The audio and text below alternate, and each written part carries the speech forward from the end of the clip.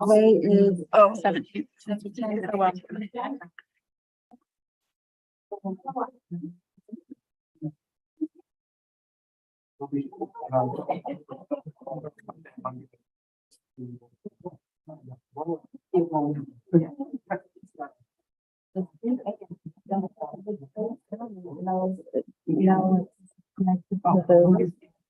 diligent. It'll work. I have the whatever it's called, video off, so it won't show anything until I turn it on. I just don't want my face to be in the uppermost facing is right at first. No,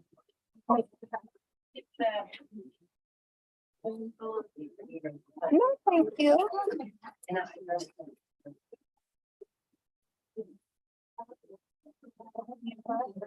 But I can like face it towards the board. However we want to. Like this looking.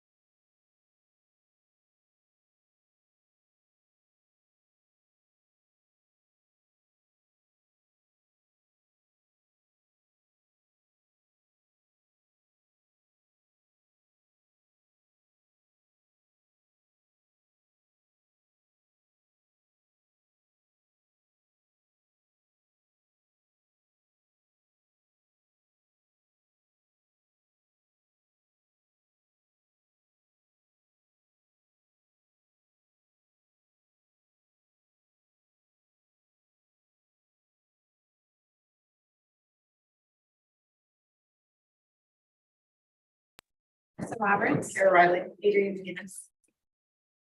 Let's do the pledge of allegiance. Here's our flag.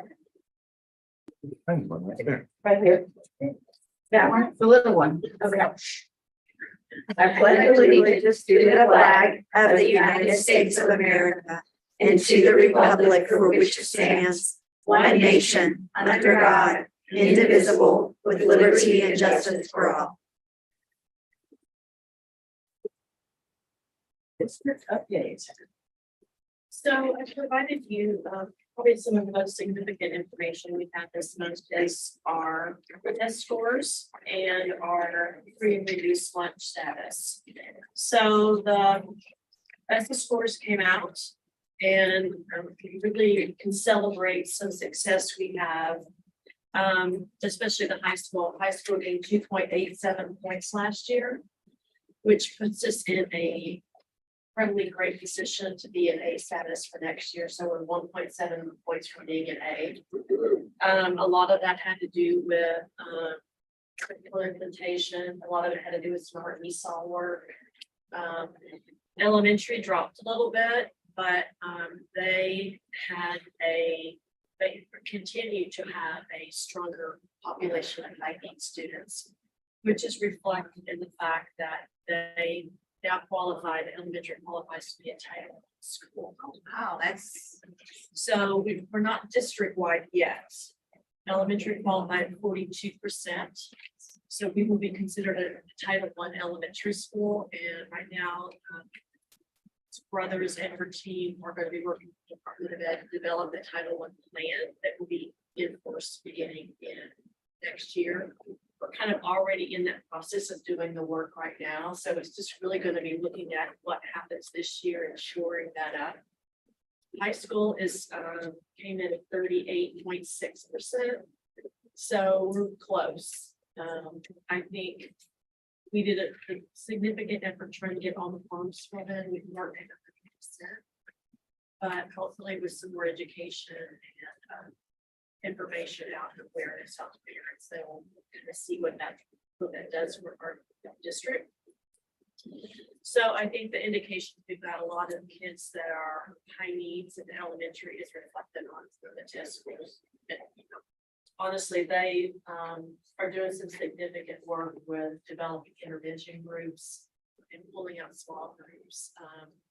And then also using the paras to pull out and do interventions as well. So we have alliance of paras at elementary, so we are able to have some of that small group constant intervention in addition to what they're already getting with their support services. And I think too, with our academic coaches at elementary and the work that Ms. Adams is doing with getting talented, I mean, I think we're gonna really see some impact and movement at elementary. So there's still a B, and we're very proud of that. We are very proud of you guys. Yeah. It's a score is a score, but it doesn't really tell the true story of the work involved. But our goal is aligned to our strategic plan, which we agreed to, that our vision is that we're both A schools. And I know that we will be there. Got a great team in place to get us there. The first round of iReady for this year took place, and it identify we've got skill gaps that need to be addressed. It's really hard to see them black and white, but it's we're making growth, although it's hard to see, but we see some strong growth in our reading scores, phonological awareness and phonics, and some of those high frequency words. You see growth in those areas. Math, it's been on the sort of downslide a little bit, but we've made some really good efforts, especially with our high school campus on some math changes and some intervention and some remediation. And we've also got some higher level math in place, so we should be able to see growth coming from both ends on that. Those are my two major updates, and you want to go into personnel? Shall we just continue to move forward? Personnel, we haven't really had any major changes. We've had some 3 high school resignations on staff. But very fortunately, we were able to absorb those with some of our coaches. So that helps us kind of lower our ratio of students to teachers. So we were a little bit overstaffed, with the addition of coaches, but we were able to absorb that with these teachers that left. Christian Bradley, who was beloved history teacher, has gone to military full time. We are Yeah. proud of that Yes. family And and we do that. we appreciate his service. This is a very trying time. His wife is following him on whatever that adventure is. And then Soloway didn't give us much indication, but we were able to absorb that. Ms. Dale is teaching a class to help alleviate some of that. She's teaching a little bit class for Lang. But anyway, so we're keeping the momentum going. Our fluctuation in custodians, it's just continues to be a situation. And then we do have a new nurse that was brought in after departure of our former nurse at the high school. She's doing a great job. She's what we would call part-time, but she's got more like 5 hours a day. So she's not necessarily 20, but she's under 40. Go to the teacher of the month. Let's do it. You don't remember the last name of the baby?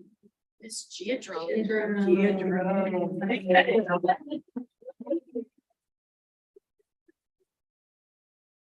Right. And then Todd.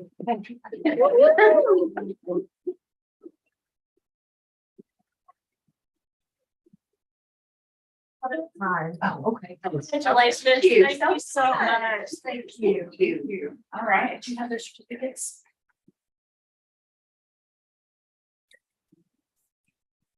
Yeah. Okay. All right. Shall we? Where would we like? I'm trying to be behind you when I look up.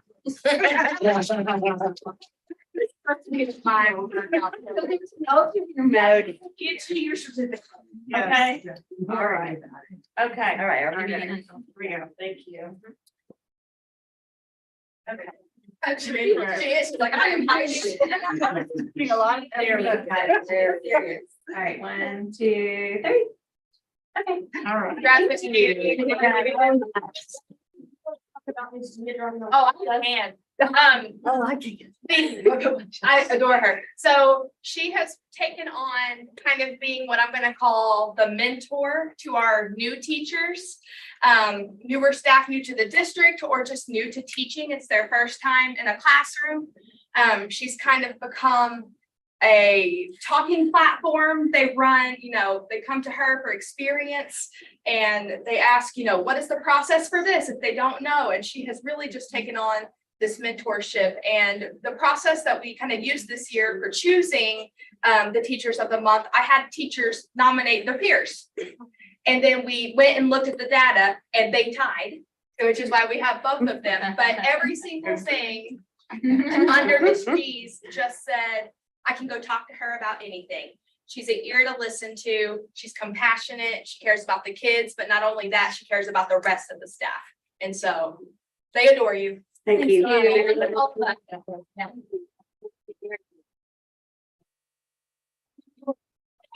You too, Ty, after your picture. Here, just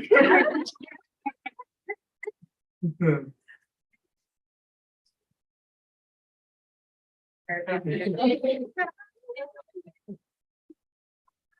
Coles or Elvis or whatever you want, all the names he goes by. The staff all said the same sorts of things, but with the fact that he just brings a light and a life to campus, not only with his fashion, but just his attitude and positivity. And, you hear him singing down the hallway, he represents, I think, what art is and what art can help you become, especially, with our kids and what they can look up to. And so, you're seen, of course, we all can see the flashy outfits, but not only that was your character. And so we appreciate all the work you do too. Yeah. Hey, Rachel. So we have the wonderful Monica Harding. who I'm very partial. My daughter has her for the second year. That's not why she was chosen. She was voted for by the staff. She's, first of all, you will never see a quieter class in the hallways. Those kids they have a routine. They want to do well for Miss Harding. And this year in fourth grade, she gets to teach all of the fourth graders, which is wonderful because that team is new, 3 brand new people and had to follow a pretty tough predecessors. But she has done a fantastic job leading that team, especially with 2 new to the school teachers on the team. She's done a fantastic job and her colleagues recognized it. And we are so blessed to have Monica at our school. So. Okay,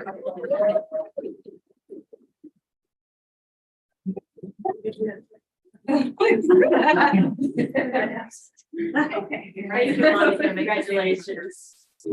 Monica, I went to college together. You did, yes. We went to college together. You Yeah. can dress like this. Yes. Thank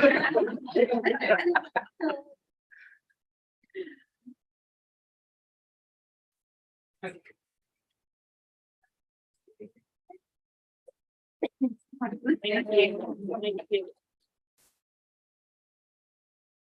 Okay, so, finally, Mr. Brothers, do you want to talk about your students at the I kind of went out of order a slight bit. No problem. So we had, ours, you might have seen it on Facebook. We put the little posters up and we got these new things, off the signs in our commons area. So one of the cool new things we have going on is that whenever we have students of the month, their picture is displayed all over the commons. It has them holding their awards. They all received certificates to get free Taco Bell. I mean, what teenager doesn't want that? They all love Taco Bell. And not only that, we're going to make them put them certificates that they're going to be getting. And so for 7th grade, we have Laura, and I apologize if I pronounce some names wrong. 7th grade, we have Laura Donadio. 8th grade, we had June Valines. 9th grade, we had Avery Roberts. 10th grade, we had Jacob Fisher. 11th grade, we had Breanne Dixon. In 12th grade, we had Aiden Slaughter. So congrats to them and their nominations from their teachers. So we have 28, as you know. So we had Miss Cassidy's class, we had Ava Phillips, Miss Dunhy's class, Emma Jennings, Miss Rush's class, Faye Manley, Miss Welch's, Asher Gardner. For 1st grade, we have Isabel Medina, Eva Murillo, Victoria Montez de Oca Hernandez, Emma Howard.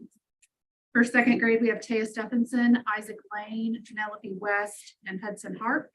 3rd grade, we have Zoe Gonzalez, Elijah House, Jorge Fogel, and Oxford Sheppy. And then for 4th grade, we have Olivia Lebrault, Madden Murillo, Sadie Lisenby, and Freeman Ames.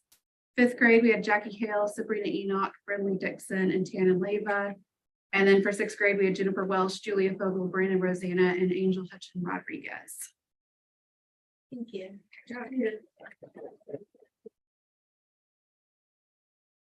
Foster, would you like to do the first? Good evening. First of all, I'd like to just run through real quick with Mrs. McDowell's updates, kind of mine too, but the college fair was a success, the first ever annual, whatever you want to call it. It was amazing. Students and parents were there, which was really, really great to see. There were 11 different colleges represented. The Pacific Northwest College of Art visited virtually on September 27th, and 10 students chose to join and reported that they found the session to be very helpful and informative and exciting. Was one of them too, which is awesome. Ms. McDowell is continuing to work with seniors to finish their own student success plans. I think there are 6 or 7 different kind of components to that, and I think they're on the 4th one. So I'm looking forward to them finishing. We've learned a lot as far as what to do, what not to do, how to do it better for the younger kids and the 8th graders. So we'll start the 8th grade just as soon as those are finished and we're able. The community service info night was a success. It's awesome. There were 15 families who attended, and some with their children, some with their students that they would be affected by the information. And parents were able to ask questions, and then afterwards the slide deck was sent out via email. And I don't remember if it's school-wide or just the 9th grade parents. Anyway, and then if any other parents requested it, then we got it to them. STAD will be at our campus visiting, in the first time ever, on October 31st. They will provide a presentation during advisory and host portfolio reviews after school. Super cool. Yeah. Even if students aren't interested at all ever, or they think they aren't ever, I mean, this could be, you know, a review of we did change this technique, or it could be, please come to us. Well, right, so it's, okay, just. Anda is visiting October 30th and will be hosting 3 master classes during acting 1 class and music theater class. And then they'll have they'll host a table during lunch and auditions for admission after school. So that's amazing to do right now. UCA will be offering a presentation about the university during advisory on November 1st. And the community service fair will be held November 14th from 3 to 5, again, with the times being so that we can kind of push our students through, and then parents can come the last hour if they are wanting to do that. And then hopefully that will kind of seal the deal on putting some of the parents at more at ease to be able to attain the 15 hours a year and 20 hours a year moving forward, and kind of give students a chance to see what they are interested in and what they want to go and do and volunteer with and help, and also kind of give the parents some reassurance about that agency and things like that.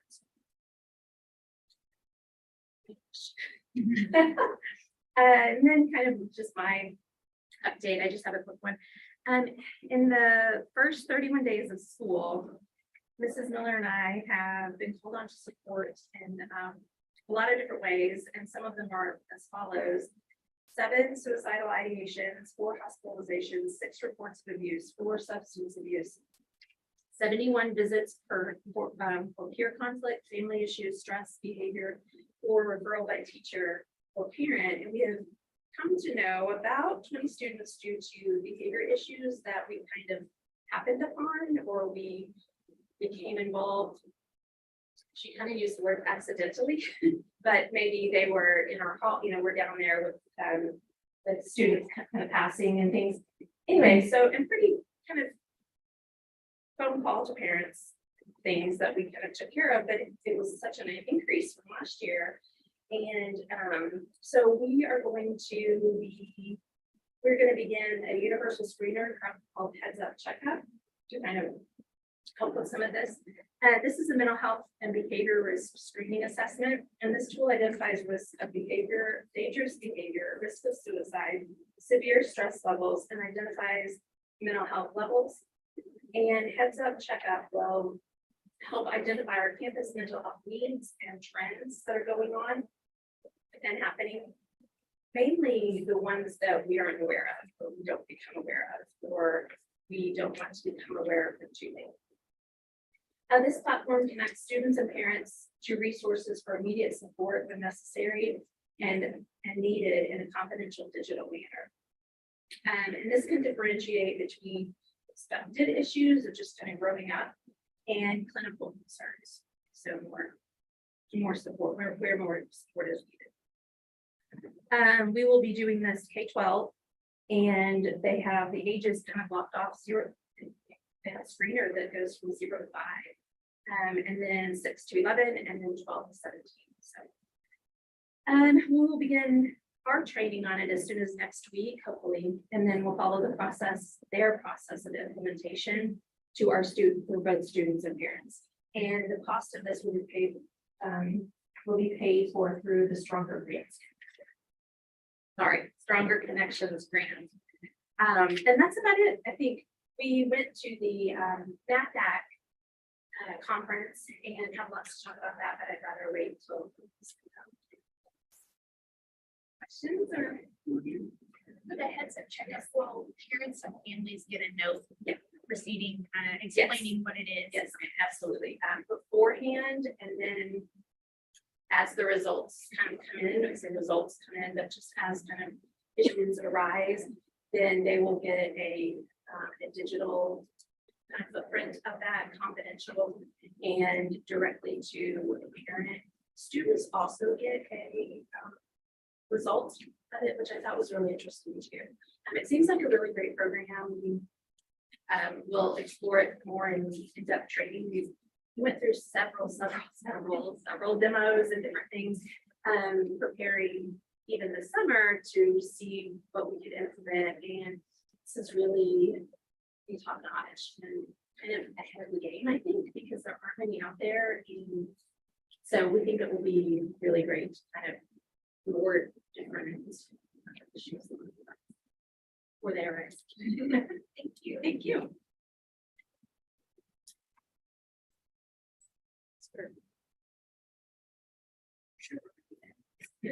All right, that was This year, I'm excited that we had a buddy bench on the playground this year. It's brought a lot of smiles and fun and rest to our students as they're playing. And a big thank you to Tammy Reed, who is the parent who created this beautiful bench. And I was able actually to see it in use one afternoon that we were waiting on some children's parents to arrive. And a fifth grade boy was playing soccer. And another younger boy came out and he sat on the bench. And all the way across the playground. So it's just really great example. Continuing our character recognition programs. One is for the kids in the program for students that show the character traits that spell the word terrific, such as thoughtful, enthusiastic, respectful, and responsible. And our local honest club is the mind understands issues. And then we have blue tickets for giving to students who show happy or kindness, always kindness. And then our word of life for September, respectful, for October is in and during our assemblies, brothers all things those tickets, and then the students get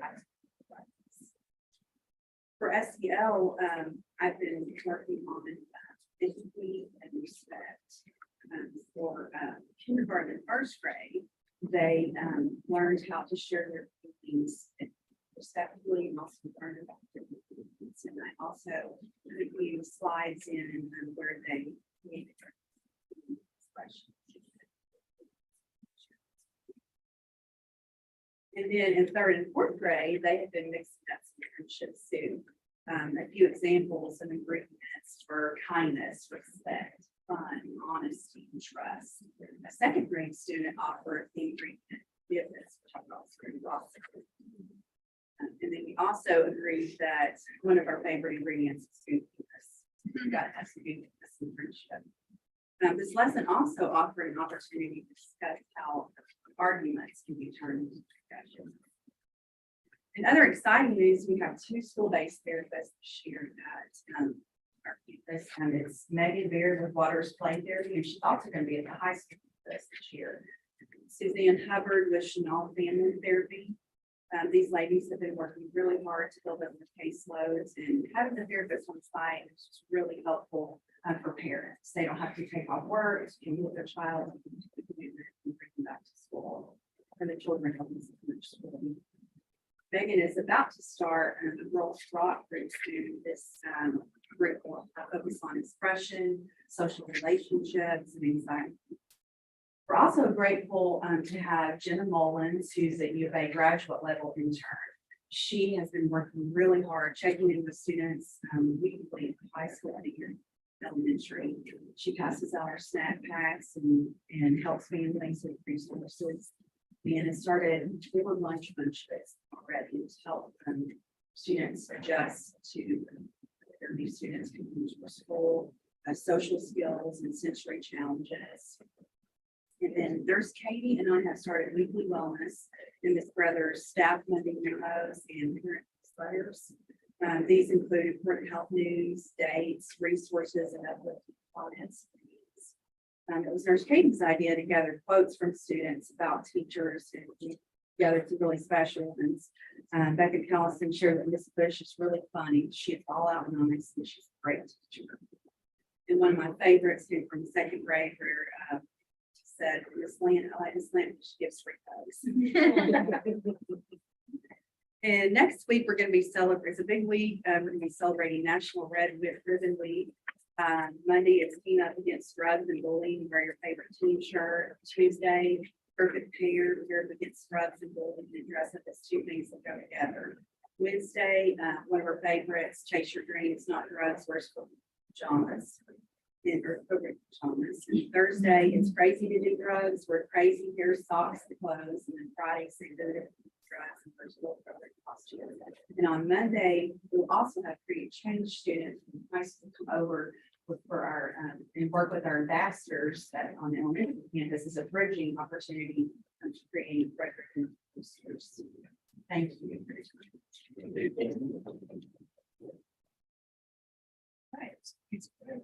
Okay, so we, Excuse me. oh, sorry. She went on my agenda. Sorry, I got missed on the agenda and I just felt so left out that I had to be included, so. I have some stuff up to the minute updates. Fresh off the press. Thank you. All right, we have been very busy. If you're wondering, gosh, what have you been doing these past couple of months? Well, on this first slide, you'll see the number of students that we've screened so far this year, which is 330 kids. So we do a universal screener with the grades that we're identifying students, which right now is basically third grade and up. We'll get to the and up part in a minute. So far, it's been third, fourth, fifth, and sixth. We've had 80 students who have been referred and completed the full identification process. It takes about 3.5 hours of testing per student to go through all the assessments and the identification process. About an hour and a half to 2 hours of that is one-on-one individual testing. So that's pretty much what I've been doing for the past month, is pulling kids one-on-one to do testing. And then outside of the testing time, the number of hours that it takes to hand score each student's assessments and gather all of their testing data is about 2.5 hours per kid. So when you multiply that times the 80 children, it's a lot of time to get through this process, which is why we are only through third, fourth, fifth, and sixth for the most part. And you'll see on the next page up at the top is our current placement update. So it shows you how many kids we've placed in each grade level so far, how many we're awaiting, or we have more data to collect. Either they required some additional testing because their data just wasn't clear as to whether they needed to be placed or not. Some of them were parent referred or teacher referred. And so those forms came in after the majority of the talent pool referrals that we had. So we were in the middle of testing all these other kids, weren't able to get finished with the process with those kids before we went on break. And then there's a handful in each grade level except for sixth, where we're still awaiting permission from parents. I had teachers follow up at parent-teacher conferences to find out, are you just still thinking about it? Did you lose the paperwork? What happened? So we did send home some additional paperwork that got lost. But we have a few families that are still trying to decide if they think that's something that their student would get value from. The total number of students we've placed so far as of today is 36, which is great. So those grade levels. So for the next steps, we need to finish the process for the rest of those third, fourth, fifth, and sixth graders to get the rest of that kind of shored up and have a really solid placement number for third, fourth, fifth, and sixth. I'm working with Melody Morgan to schedule screening for students in grades 7 through 11. So what the process looks like as far as what I report to the state, I just had to submit our GT program approval, was due October 15th. And in that submission, part of what they want reported are the number of GT identified students taking honors, pre-AP, AP classes, not just how many students are taking those classes, but how many identified students are taking those classes. So we've got to complete the identification process through 11th grade. That's going to take some time because, as you saw, that's a lot of hours, and also trying to respect their schedule, not pulling them out of class time. So it's going to take a while to get that completed. My goal is to have that completed before we do scheduling in the spring, so that in the fall, we'll be able to make sure everyone is appropriately placed in the classes that they need to be in. Ms. Morgan and I have talked about creating a GT advisory in addition to regular advisory, but that's another way of serving GT students as approved through the state. And again, we would need to know who those students are and put that on their schedule. And then in completing that process, we'll have everybody identified for the next school year. At the end of this school year, the second graders will go through this identification process to prepare them for third grade. And then the last page is just a reminder about the different ways to be referred for GT testing. The talent pool is the universal screener we did with every kid in the grade level, which is what we'll be doing with all kids 3rd through 11th grade. Parent referral, which that's the QR code for that. And then teachers have access to the teacher referral, and those can be completed at any time. So if come December a teacher's like, wow, this kid is really showing evidence that they're just blowing everything out of the water, I really feel like they should go through this process. That's something we can do. In addition to those 3, we have had several students that have transferred to us from other schools with gifted and talented paperwork. And it's been a very interesting process to hunt down all of those test scores and documents from the various districts. Some places it's easy, others it's not. There have been a few that they've told me, well, we can't find their information. That's been really special. So then we end up collecting data on those students, just like they were a regular talent referral if they don't have the data to provide us. So some of our students that have been placed have been through referrals from other schools that they came to us. Any questions? Oh, sorry. In the fall, you screen new enrollments, like every year, there's the process, the screening process. So It'll be reduced, right? right. Oh, yes. So much reduced. So typically what'll happen initially right now, we're screening those second graders. If we have kids that come new to us at the beginning of 3rd grade, we can definitely screen them that are brand new to our school. Some schools, and we may look at adding this to our screening protocols, but right now this has been so much to bite off, we haven't tackled this yet. Some schools do a second universal screener, typically in 4th or 5th grade, to try to catch students again. There's a lot of studies that show that that's a time when identification can happen at a higher rate when it might not have been caught before. Again, we still have those parent referrals, teacher referrals as a way of catching those kids that are new to us, but it's definitely something we're considering a second screener somewhere else along the way.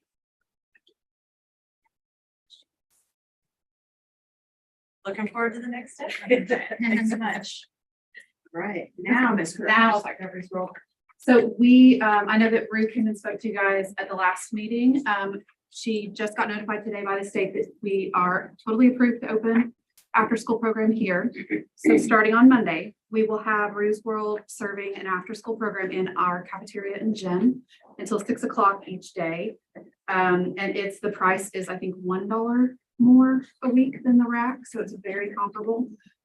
She does have an optional extension to 6:30 and an optional transportation that she said she would take kids to our bus stops all over Northwest Arkansas. And of course, it's for an extra fee because I have to bring the bus out here and do all the things. But she said that she can make that available if people need it. They'll start out in the cafeteria and have a snack, and then they'll wait until our kids get out of the gym, go to the gym. And she does not believe in screens at all. She wants the kids to be active the entire time doing activities. She loves to incorporate arts, which is great. And she also said that if there is a need, if she can get a minimum of 5 kids, that she would offer before school care as well, starting at 6:30. And she would serve breakfast during that too, because we do have some parents that start lining up at 6:45. So maybe that would be a help to some of our families. Also, the RAC called us and notified us that they would be phasing out their after school program after Rue's World gets set up and running. So that will happen after, I assume they're going to give us a couple weeks. They did not give me a date, so we will definitely be in contact with them. But so that we'll be able to kind of smoothly. So they're phasing it out like for everybody or just for Since we were doing the in-house after school program, they called and told me that they would not have one. out of the blue. I have not talked to them. I mean, that was a problem that kind of solved itself a little bit. So we won't have to transport kids to the rack, which would be helpful. For our buses for sure. But we're just, I mean, y'all got to meet Rue last time. She's wonderful. She's been running after school programs for a really long time. And I think this will be so great for our families to be able to just keep them right here. It will also help us out if we have some families that one night they just cannot pick up their kid on time and they're super late. We can have their kid go to a program so they're not just sitting in the front office waiting and a teacher having to stay and wait, you know, for an hour and a half after their contract with the kids. So that will also help everybody a little bit. We're going to start, I mean, she told us today that she was official. So we're going to start pushing as much as we can get it out.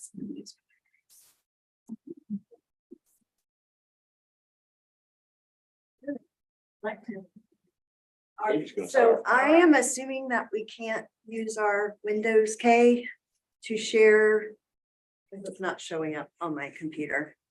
No, because we'd have to unshare this one. Okay, well, no slideshow for you. Thank you for having me. I took a minute just to share some of our original creations. We were able to meet with Artful Learning and have some really valuable training for 3 days last week. I was impressed with the faculty who came in and they were so engaged in the learning.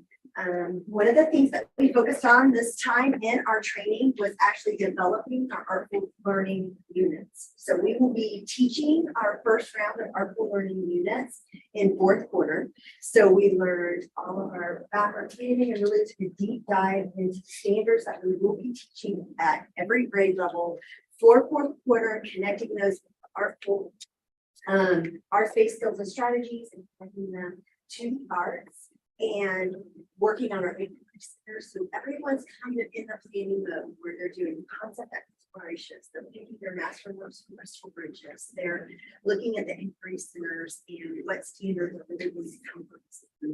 And then our focus was at the end of the unit, the students will participate in what's learning this original creation. And so our in-house fantastic Miss Joy Price put endless work into helping us achieve perfection and, in Patrick's words, the best original creation he has had with our learning. And so the idea of a original creation is that the students will take all of the learning that they have and transfer that into a piece of artwork, whether it's a visual art, it could be a drama, it could be a dance. Teachers and their planning and what they choose, but they're going to go through their journey. Our concept was relationships that we've been going through with Artful Learning. So we went through the same process the kids have. So we remember what did we do in our concept exploration to learn about what relationships are. And we took some memory notes on that.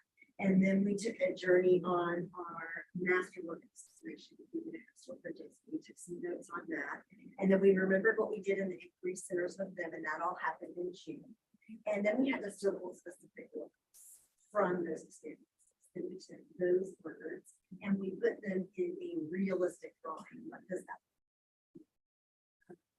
Then we took our realistic drawing and had to turn it into an abstract work of art. Our own original abstract work of art that has to do with what we learned both curricular wise and concept wise relationships. And then we were able to transform that into these glass tiles. So if you were to take a teacher, they could pick out their tile and they could actually speak to you about the journey that they had learned. And that's what we want to change. So that's what we will be doing the next 2 9 weeks. We're digging in, writing our units, getting them all teed up and ready to go. I'll be ordering original creation supplies for all the grade levels. And then 4th quarter, we'll hit the ground running and start our units on the teaching that we're creating and then the students. The Artful Learning framework is powerful. and what it can deliver to our students is powerful. And I just want to say thank you once again for the opportunity to come on board and to learn more about this framework and to make sure that it is being instituted with fidelity here at the elementary campus. The teachers are amazing. They're excellent. And this is a very strong framework. Success in those test scores as we take the entry point of learning in and through the arts and deliver our curriculum. You guys, if you have any questions about the open meeting or anything that's going on with that, maybe we're gonna ask you. Oh, absolutely. You are always invited, and you can come. I know you haven't had time to look through the halls. If you ever want to come and just have me explain what's in the hallway, why it's there, how it connects to curriculum, how it connects to artful learning, I'm your woman, and I'm happy to give you a grand tour at your convenience of the things that are happening here. I would love to, so willing to connect anytime.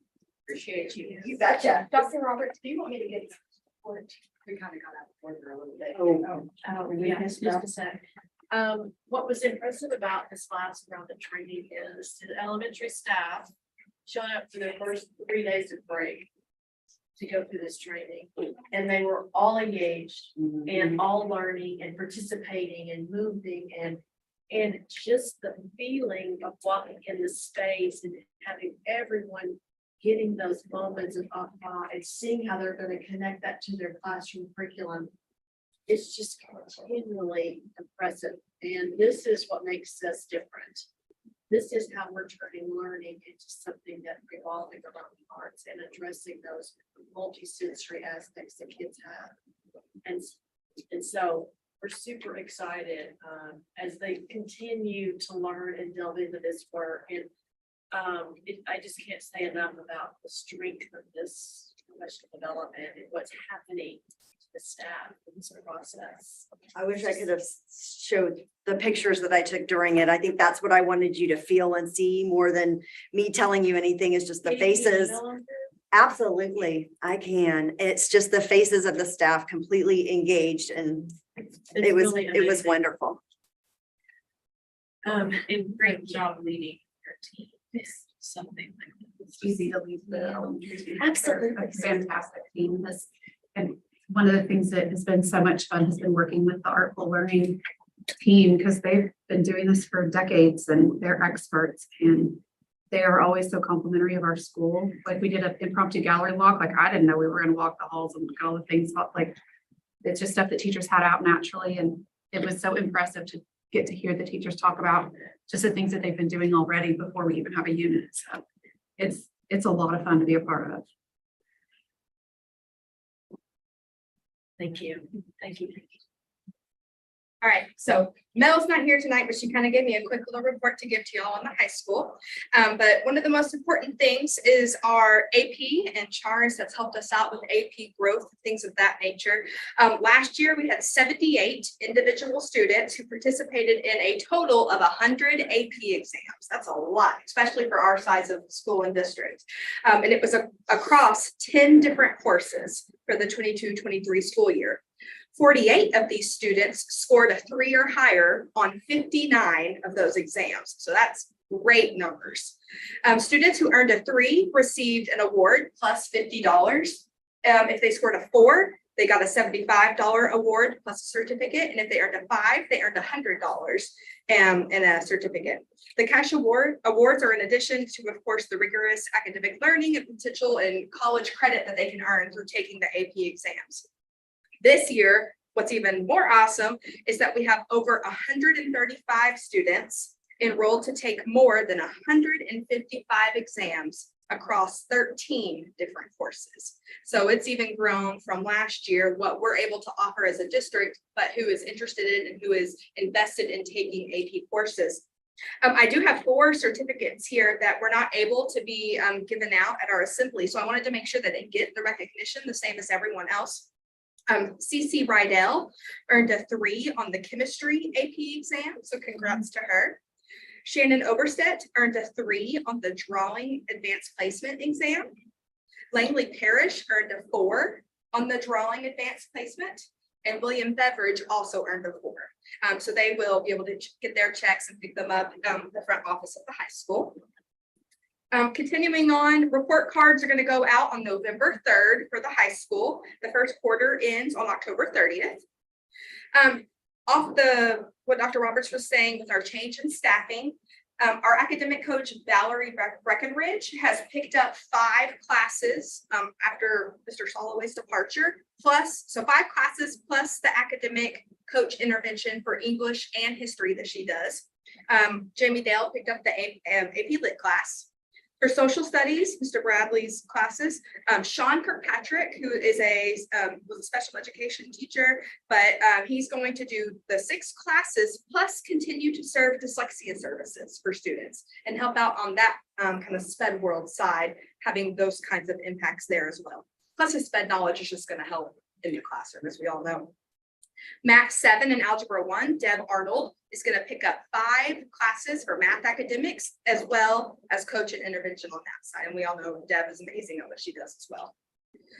Coming up next time, we're going to be getting ready to launch kind of our positive behavior intervention strategies. And so next time that we have a board meeting, I'm going to be presenting some data and some surveys that are going to be going out to our teachers, our community stakeholders, and students about positive behavior, what they see in the hallways that maybe we don't see, what they think will be beneficial for behavior, and just kind of an overall demographics of not only our school, it's district wide. And so I'll be getting with you, Rachel, by the way, about that kind of stuff. It's going to be really good data to bring forward. And then also Dr. Roberts kind of talked about the iReady exams. We have a really important number that we think is good, is that we have 105 students that are scoring only 1 grade level below on math. Meaning we think that that's 105 students that with a little bit of intervention, we can bump into the ready, like they're on par, ready to go. Same for reading, we have 93 students that are scoring 1 grade level below that we think with good intervention, we can bump those right up into the next level of being on track. So we're really excited about that potential growth that is there. And the last 2 really quick things, Student Council Fall Festival is October 29th from 3 to 6 p.m. That is open for everyone, not just high school. It's family friendly. Bring the whole district, everybody come out there, support. You'll have the opportunity to dunk, you know, like me and Miss Dale and some other people in the water, and you'll see crazy costumes and all sorts of stuff going on. And also school pictures are ready online, so you can go online and look at them and order those. Any questions about anything going on at the high school? Thank you. Thank you. Eric? How it gets go. So glad I didn't have to call Katie. We're gonna make 6, right? You know, understand why she was hired. Correct. So I brought my presentation. Sorry, we can't do it because I have to have this to kind of know what's happening. So I mentioned the last time that we were about to have Tinker Fest. We did in fact have it. Saw you there. It was awesome. It was pretty awesome. That was Saturday, September 23rd. We had 4 staff, 12 student volunteers in the Creative Cardboard Station. So thank you to Rob Plant, who is here, Stephen Carpenter, Joyce Schultz, to kind of help us all out. It was pretty phenomenal. And that had been since COVID, before the Amazing have done this. And we've been a part of Tinker Fest from the beginning, so we're going to kind of continue to go on with that. So that was kind of great. We have some Crystal Bridges things to kind of talk about. My School, My Museum is in its 6th year. We're very, very proud of this program that we've had. It is with 4th grade. And this was the emphasis for this particular visit. So with social studies, we were able to have the kids go and have a very, very deep dive, looked at 5 different objects in the collection to make connections with the curriculum connections in the classroom, which were about different types of groups, as well as people, belt-shaped walls. And then at the very end, there was an arts integration opportunity, to which they then looked at the Bill of Rights, selected the Bill of Rights, and it's all kind of woven. So to Katie's point, come back, the whole piece is displayed. of those Bill of Rights. I think it's the Second Amendment that's mostly covered. Is that right? Go Arkansas. Second Amendment, right? Yes. Those rights is like, gets that joke. Crystal Bridges. Again, we have this fantastic program with Annie Leibovitz at work. This is the Beyond the Lens, the teen photography mentorship. It's going to be going on. This is a probably once in a lifetime opportunity for our students to be a part of. So it opened up to any student in Northwest Arkansas to want to be a part of this. Annie Leibovitz actually dressed one of the students, had over 1,000 show up on the first day. Wow. Which was pretty incredible. And since then, they've had 3 different opportunities to meet with them. It was just a little bit, but not too much. So this past weekend, it was at the Momentary, which we had 500 students. I don't know how many students that we have that are kind of part of this, but our own Taylor Lynn here at the elementary is a mentor. I don't know if you know, he's a photographer extraordinaire, and so he's kind of helping. And then we have Ray Teddington, who is her entire class for yearbook. That's going to be a part of it.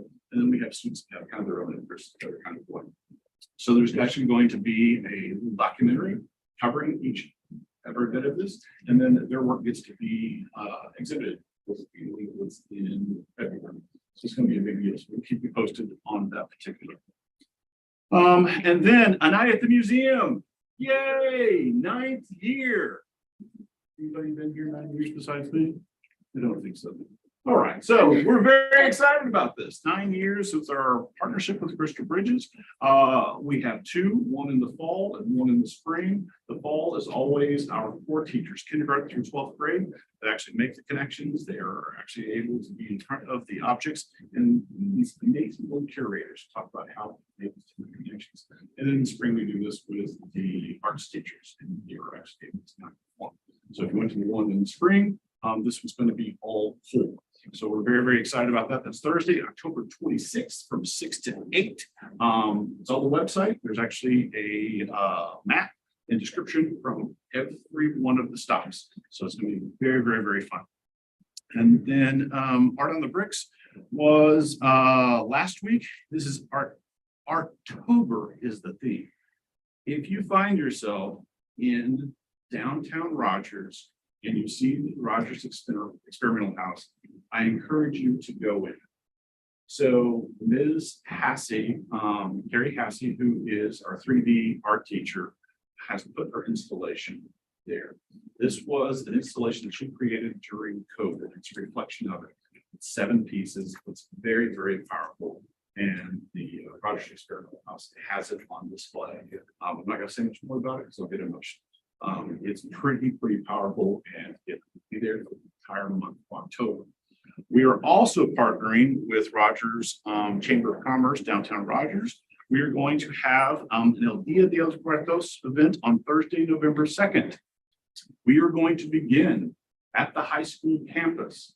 We have individuals from elementary, middle school, and high school that are going to activate the commons and PAC with some performances from 5 to 6:30. In fact, Janet is going to be working on an interview with some news people to come over and talk all about this. We will then close at 6:30 and have a procession. We'll go downtown Rogers. There's going to be an operanda at the Rogers Historical Museum, which is built by the students. They're very, very excited for this to happen. And then there's the Turntable Museum. Turntable Museum, it's a stage. It's not a museum. And then there is the Music Depot, where the rock hoppers, our percussion, jazz, choir, and dance will all perform as well as creative. We're very, very excited about this. You know, you're probably like, is this being advertised? Is the put it on this to make it all legal. So that is coming. And then finally, this weekend, this is an event that's up for a rental space at the high school. Yes. So Samhate is going to be putting on Durga Puja, which this is a Indian celebration of thousands of years. That's going to be held at the high school, and all are welcome to attend. If you look up this individual, Trisha Chatterjee, on the interweb, you will find out she's more popular than Taylor Swift in India. All right, and she's giving a concert. So this organization has put out 24 reserved seats for anybody at Arkansas Arts Academy. So if you and family would like to take advantage, please do so. Anything to add with that you're, I don't know. Which About the school. about the school, of About the course. school. So those are some of our partnerships and some things that have been taking place. Any questions, comments, comments? Good. All right. Thanks, Sarah. I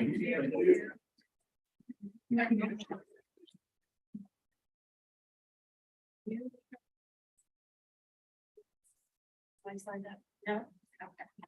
Do we have a, Anybody here? do we have a student council? I think That was it. that was it. Well, I have not received anything from student council, but we will work on that. Okay. All right, so next we need to approve the consent agenda. Does anybody have any concerns or comments regarding last month's minutes for the financials? No. There were reporting. So if you guys look at the earnings reports, you're gonna see a regular impact to revenue from the state. And then we're working on a budget to actual. Right now, because we have so many lines, it doesn't do a whole lot of good. Maybe 70 pages, but we're getting it. So, yeah, so hopefully we'll look at it in the time. Because I haven't nothing to report this morning. Yeah.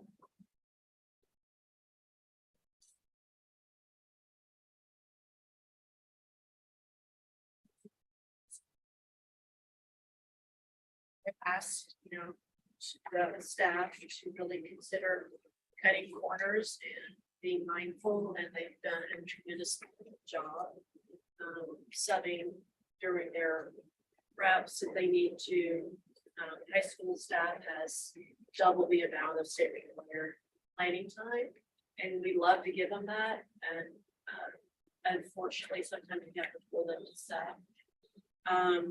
And everyone's doing a great job sort of being mindful of expenditures, purchase orders and those kind of things as we navigate through our budget.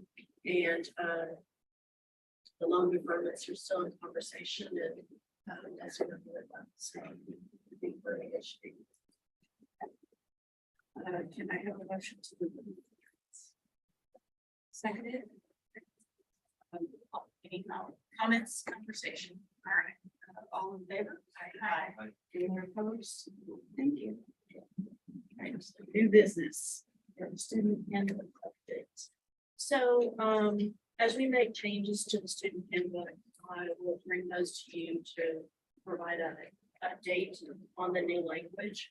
One thing that we would like to have approved by the board is our zero tolerance for any kind of weapons or any type of drug paraphernalia, any type of illegal substances.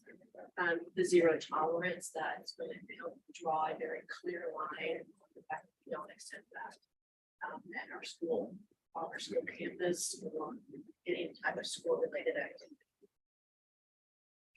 Be ready for those to yes.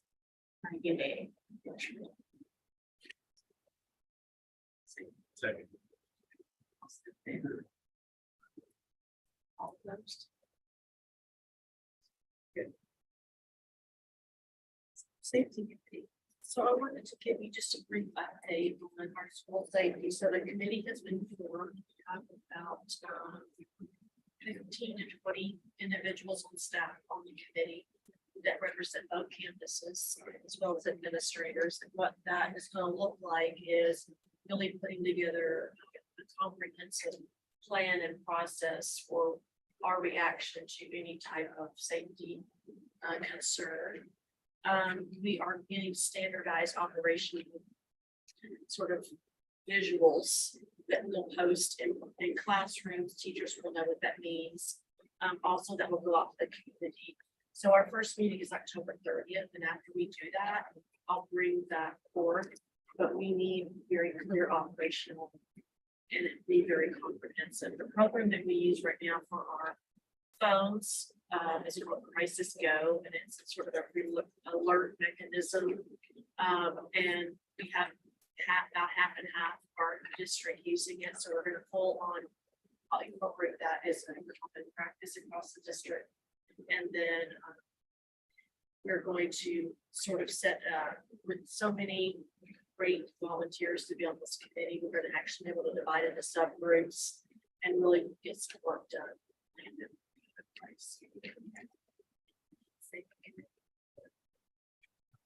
October 30th. Yeah. That's the update. We also make recommendations on communication calls about, there are things that happen in a school that happen and are handled and that everyone can kind of go about the day. And then there are things that some stakeholders may need to know about to some degree. And is that something that this committee could, as you're going through what the plans look like, kind of decide, this is something where we notify this and this is how you might expect to receive that? Yeah, and that's a goal too, is we almost have some templates in place. And I think too, another thing that we're really looking at is with those individuals on the committee, they're going to all play active roles in an event. And then we'll debrief. And so we're sort of giving people targeted roles that they will be responsible for in an event of any kind of a drill or actual emergency, so it becomes almost second nature. Department of Ed has now required us to do active shooter drills as a requirement, and we just have to work towards getting past that fear of what it is, because that's the reality, is we just have to know what to do. Another update is that, we talked about site assist, and the staff did some site assist training, and basically it's an app that you can have on your phone, and as you identify things on Canvas that seem to be out of place, or maybe not safe, or you can have the potential of entrance or, a gate open, that you're able to declare that, and then we keep a spreadsheet, and then we'll take that to the committee and make sure those are our work orders and they're adjusted. But the department has declared that their new safety updates, site assist assessments and evaluation cannot be an open public conversation. So that will be something that I will take to executive session to discuss if we have some issues that we need to put budget towards, or we need to address, that we handle that internally.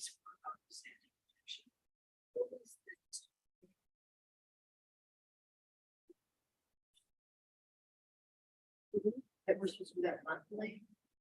What? You have to do an active shooter drill monthly on both campuses, starting with. So part of this. Is this just a lockdown, or is this a full fledged? It's a lockdown. It can be lockdown. It can be lights off, quiet place, and just knowing what to do when that alarm is. And the more frequent it happens, it's just like anything else, you become second nature, and some of that fear is sort of eliminated. Charts. We're working on the charts, we're working on the common visuals. We're gonna go with the program, it's called I Love You Guys. And it's a pretty nationally recognized organization, and they provide a lot of information free. They directly align with where Crisis Go. So that's common language, and the mechanisms are they correlate. And but it's just the signals of stop, lockdown. I mean, it's just the big visuals that kids will know what to do. But the biggest part is we want to eliminate the fear out of a standard drill, and that will allow us to do that. But Are we gonna stop? Are we gonna start these before everybody's been trained or parents are notified? part of the goal of this committee is they get the first training. And so we meet on the 30th, and I've reached out, the staff had some basic active active shooter drills in the summer. Summer right before school started, but, and, that was the strategist. We were able to pay for that through our safety grant we got. And so now this next round, we get some training and they have very clear guidebooks on what to do. Things such as even putting signs on the door where parents cannot say we're in the middle of a drill. Like that you can't stop that process for us. And so it's all these things that we will really shore up some loose ends that we haven't been very diligent with. Or haven't had the right people in place to make this. I know Alice, I haven't looked into Alice. Who is deciding what this looks like, how to roll it out? So we'll probably, the rollout will be, we've got to train people first. And then on the new things, the schools already do the tornado, they do the fire. I don't think there's any active shooter drills currently. Not yet, but we just looked it up and it's once a year. Oh, once a year, okay. And we did one last year as well, so. And we did one last year, so we're in compliance. So, But do we send a note out to parents? We did last year. That's it, I think we did last year. we will, that will be part of our committee too, is what we do, but there's, again, that part of. These are the drills we have to do as mandated, because we actually have to submit the day that we do them. But also, these are the reasons why we do it. This is our general process for kids who are going to be involved in. And then some of that, we just want to make sure our staff is trained. You can call it active shooter. We call the drill that on the actual like data or whenever we announce it through like Crisis Go, it's considered lockdown. But like as we're talking about it, because lockdown can happen for multiple things, Yeah, not right. just an active shooter. That's what I was. But we call it the drill, an active shooter drill, in case Or that's like the shelter in scenario. place. Yeah. We're not gonna use the word active shooter. That's just the terminology of the process, but That's what I was asking, really, like, are we announcing to the intercom to our children? that this is No, we'll say lockdown. and part of that too, I think, is just having everyone using the same. Yeah, and the same process. And Because there could be multiple times, especially given where we're located. The high school is located, right, that you might need to lock down the school or whatever. And I'll bring that at our next meeting, I'll kind of bring you sort of what our first task will be and some of that information that we're going to be using in some of the guides. Because ideally, we would want to have a sort of internal safety manual that has all the things, all the steps, and then a very condensed version, like a flip chart for teachers to use in those situations. And most of the way that flip charts in there. Are we using an app to account for students during these drills? Yeah, so Crisis Go. yeah, it probably has a. place for flip charts. It even has a place you can go in for like maps, like. So if you're stuck, say the fire, and you're stuck somewhere, a teacher can pull up the map of the building and see if they can find another routed exit from where they are, like different things like that. But it's not accessible like to the public, so somebody couldn't get on the app and like pull up the map of our school.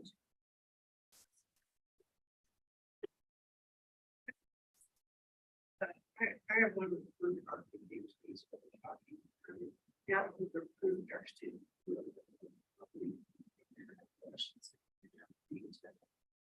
I'm aware. I will send out every day. I'll send out. Yes.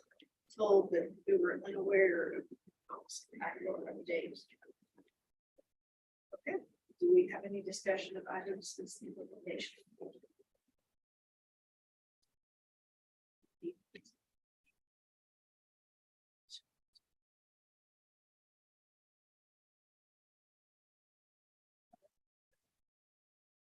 Second, All right. All in favor? Aye. Give me the phone.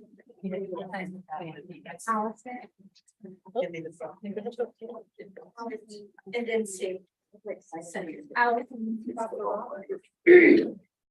That's right, Adrian. Adrian also. You probably looked at Alex. Adrian, yeah.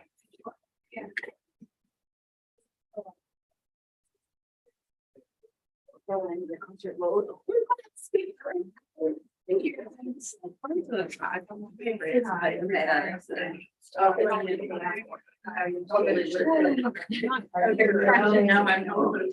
Oh, I need to stop that. Everyone's first. Chat that.